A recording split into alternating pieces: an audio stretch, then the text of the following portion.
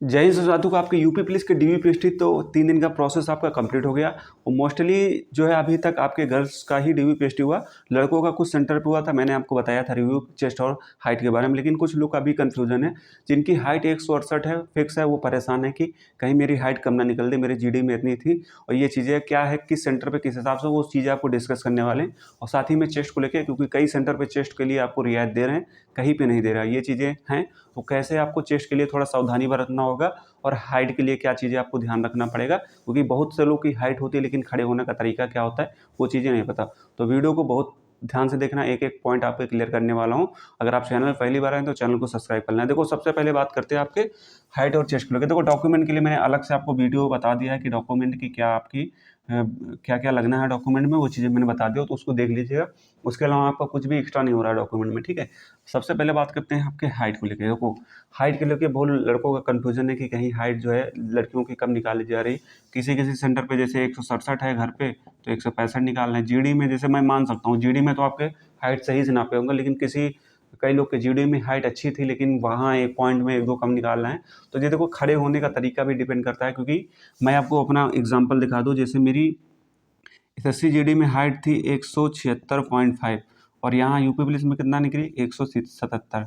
तो ये चीज़ें होती है, आपके खड़े होने का डिपेंड कैसे है आप खड़े हो रहे हैं, वो आपका डिपेंड करता है कि आपकी हाइट कैसे है। तो जैसे जैसे हम लोग के जीडी से कम होकर यूपी पुलिस में आ रही, अब मेरी यहाँ से इतना गई थी मैनुअल से ही। देखो, मैनुअल से बहुत सेंटरों पे आपके डिजिटल से भी नापी जा रही हो, मैनुअल से। तो दोनों में कहीं डिजिटल में बहुत अच्छा आ रहा है, कहीं मैनुअल में बहुत अच्छा आ रहा है, कोई मैनुअल में नहीं बाहर हो रहा है।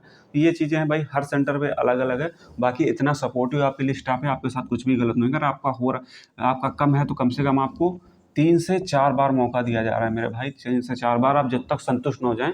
तो वहीं 3 बजे अगर आपकी हाइट में कमी होती है तो 3 बजे आप दोबारा अपील करने के लिए आपको बताया जाता है। तो आपके जो मजिस्ट्रेट वगैरह हैं सभी के सामने आप जो है उनका नापा जाता है, आपको मौका दिया जाता है। अगर आपकी बहुत कम है तभी है, पॉइंट में कहीं कहीं सेंटर पे 0.2 तक भी रिलैक्सेशन दे रहे हैं, 3 तक ऐसे दे रहे हैं। लेकिन आपकी 167 है तो आपके लिए प्रॉब्लम हो सकती है, ठीक है। इसके लिए आप परेशान हो, खासकर ये चीज़ आपको होती है खड़े होने का डिपेंड तरीका। देखो, बहुत लोग ऐसे नॉर्मल खड़े होते हैं, लेकिन आपको खड़े कैसे होना, थोड़ा हल्का सा जैसे सीने से हल्का सा सांस लेंगे तो आपका जैसे ऐसे लेंगे तो हल्का सा सीना उभर जाएगा, ठीक है।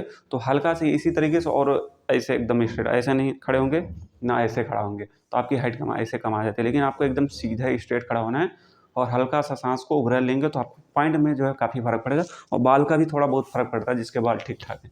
ये चीज़ हो गई, आपको कोई दिक्कत नहीं होगी हाइट को लेकर। अब बात करते हैं चेस्ट का। देखो, चेस्ट में लड़कों का हुआ है कल के सेंटर में कई जगह, तो मैंने आपको बताया था कि चेस्ट में कहीं कासगंज में थोड़ा सा हमको बताए हैं टफ हुआ है। बाकी सभी सेंटरों पे जिनका फुलाव भी नहीं हो रहा था, 4 तक फूल रहा था, उनको भाई पास कर दिए गए हैं। और जिनका 77 तक था वो भी जो है पास हो गए।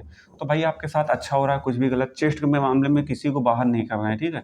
बाहर होना है तो हाइट, अगर आपकी हाइट कम है और जैसे तो आपको बाहर किया जाए, और डॉक्यूमेंट में जो सर्कुलर डेट मांगा गया उस डेट में अगर नहीं आपके तो है, तो इस वजह से आप परेशान हैं कि आपके चेस्ट वगैरह। तो इसके लिए आप निश्चिंत हो जाइए, अगर आपकी हाइट एकदम एग्जैक्ट 168 है तो आप खड़े सही से होइएगा, आपकी हाइट कम नहीं आएगी, ठीक है।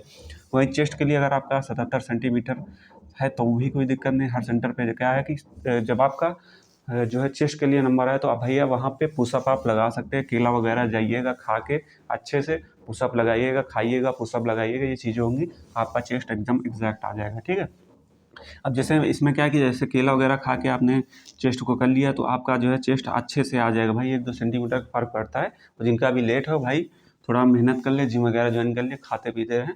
और लड़कियों में क्या है, दौड़ को लेकर तो दौड़ मतलब कि वो वेट को लेकर तो वेट भैया खा पी लीजिए, कोई दिक्कत नहीं। कहीं कहीं वेट में तो पास कर दे रहे हैं, कहीं कहीं नहीं पास कर रहे हैं, तो ये हर सेंटर का अलग अलग है। लेकिन लास्ट में सबको आपको खा पिला के पास कर दे रहे हैं, ठीक है। उसमें जो है आपका अच्छे से कहीं आपका वेट हो गया जैकेट की वजह से, ये चीज़ें।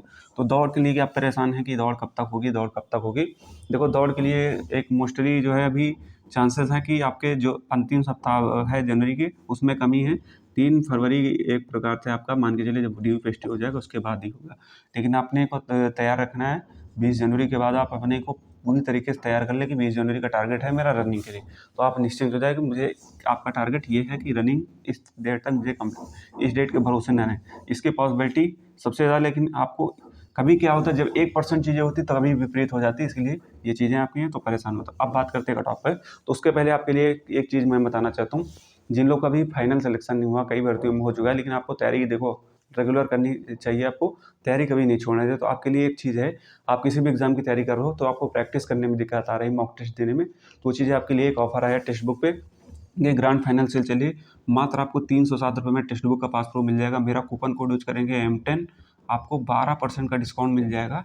तो जाके इस कूपन कोड को अप्लाई करना मत भूलिए। और इसमें आपको क्या है कि आपको टॉपिक वाइज मॉक टेस्ट आपको मिल जाएंगे, सेक्शनल वाइज हो, आपके प्रीवियस ईयर के PYQ, ये सारी चीज़ें आपके सभी लगभग 80,000 एग्जाम क्वेश्चन आपको मिल जाएंगे।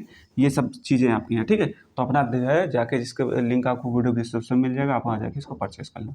वहीं कट ऑफ की बात करते हैं। देखो कट ऑफ के लिए आप परेशान मत हो कि कट ऑफ आपकी कितना आ जाएगी कितना आ जाएगी।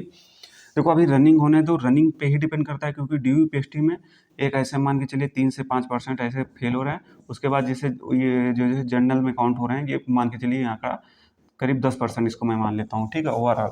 अभी जब रनिंग होगी, रनिंग में लड़के लगभग 20% तक फेल होते हैं, लड़कियाँ करीब 30%, एक मिनिमम मैं बता रहा हूँ। तो ये चीज़ें हैं, तो कितना डिपेंड करता है, क्या पता इससे ज़्यादा फेल हों, क्या पता इससे कम हो, तो ये डिपेंड करता है कट ऑफ कितना बढ़ेगी।